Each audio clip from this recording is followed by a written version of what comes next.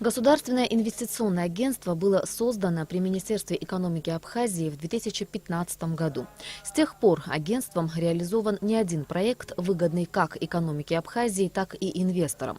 В конце марта агентством был объявлен конкурс на соискание вакантной должности главного специалиста. За это время Госинвестагентством было рассмотрено 81 резюме заявителей, включая специалистов, состоящих в кадровом резерве Министерства экономики.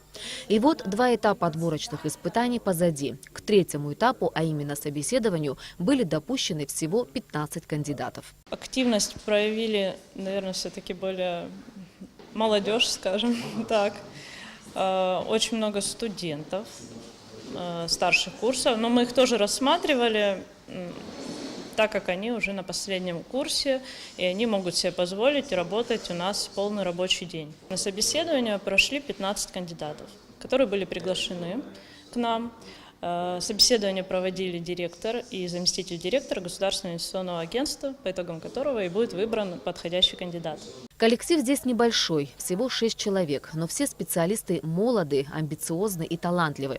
По словам директора агентства Инара Гицба, помимо наличия высшего образования и необходимых знаний, будущий сотрудник должен владеть абхазским языком, быть коммуникабельным и ответственным. Все кандидаты действительно мотивированы, ответственно подошли к процессу прохождения вот этих испытаний. И учитывая то, что это уже все-таки третий этап, и остались топовые кандидаты, которые прошли два предыдущих, то беседа с ними носит такой в большей степени интерактивный характер. Тут мы выявляем различные особенности кандидатов.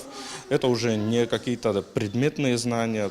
В основном смотрим на способность реагировать в нестандартных ситуациях, общее развитие, интересы, коммуникабельность и ряд других факторов, которые помогут, на наш взгляд, кандидату после освоения вакантной должности быть максимально эффективным.